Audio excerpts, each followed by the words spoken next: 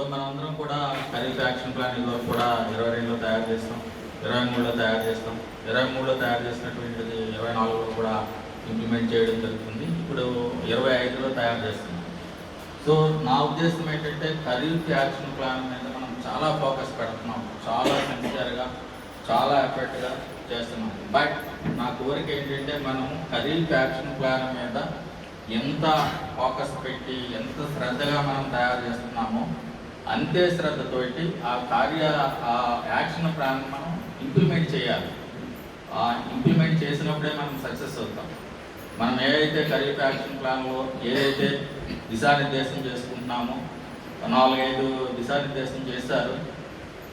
So ఇందులో ఎవరైనా చెప్తారా ఖరీఫ్ యాక్షన్ ప్లాన్లో ఏమేమి దిశానిర్దేశం చేశారనేటువంటిది? ఐ థింక్ 5 పాయింట్లు అనుకుంటే నాకు గుర్తుంది.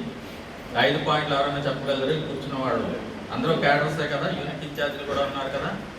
ఎనీ యూనిట్ ఇన్ఛార్జ్ అది ఇంకా మీకు చెప్పలేదా? చెప్పాలా అది? సో ఓకే, 5-6 ఏమో ఉన్నాయి నాకు గుర్తుంది. మెయిన్ 365 డేస్ పిఎండిఎస్ చేయడము, అలాగే సీట్ టు సీట్ గ్రౌండింగ్ చేయడము, అలాగే poorest of the poor village ఆర్గనైజేషన్లో ఉన్న పూరెస్ట్ ఆఫ్ పూర్ వాళ్ళతో కిచెన్ గార్డెన్స్ వేయించడం, అందరి చేత ఒక్కళ్ళు కూడా వదలకుండా. ఇంకా ఉన్నాయి, ఇంకా 2 ఉన్నాయి. ఏటీఎం మోడల్ వేయించడము, ఇంకా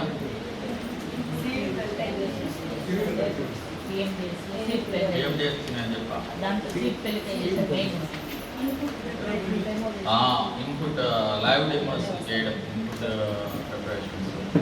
సో ఇవన్నీ కూడా మనము కార్యాచరణ ప్రణాళికలో ఏదైతే పెడుతున్నామో ఆ కార్యాచరణ చేసి చూపించాలి. అట్లాగే మన చంద్రశేఖర్ గారు ఉన్నారు కాబట్టి చిత్తూరు డిస్ట్రిక్ట్ స్పెసిఫిక్గా, అదేవిధంగా కుప్పం కాన్స్టిట్యున్సీ కూడా మన దగ్గర సార్ చిత్తూరు జిల్లాలో కనుక చూసుకున్నట్లయితే ఖరీఫ్లో 43,000 హెక్టార్లు, రబీలో 23,000 హెక్టార్లు, టోటల్గా ఒక 76,000 హెక్టార్లు సాగులో ఉంటే అందులో ఖరీఫ్లో మేజర్ క్రాప్ వచ్చి గ్రౌండ్ నట్, రబీలో మేజర్ క్రాప్ వచ్చేసి బ్యాడీ. బట్ సెకండ్ మేజర్ క్రాప్ వచ్చి క్రాప్ అనకూడదు, పాడర్ 10,000 హెక్టార్లు మించుంది. సో మనకి రబీ సీజన్ మనం యూరియా క్రైసిస్ మనం ఎదుర్కోవడం జరిగింది.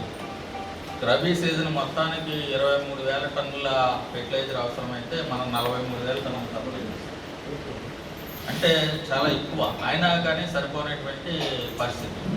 మనం ఇంత ప్రకృతి వ్యవసాయం చేసేటప్పుడు ఇంత ఏరియా ఐ థింక్ 58,000 హెక్టార్లో 58,000 ఎకరాల్లో మనకి టార్గెట్ అది. సుమారు 48,000 ఎకరాల వరకు మనం చేయడం జరిగింది. అంతే సంఖ్యలో రైతులు ఉంటారు.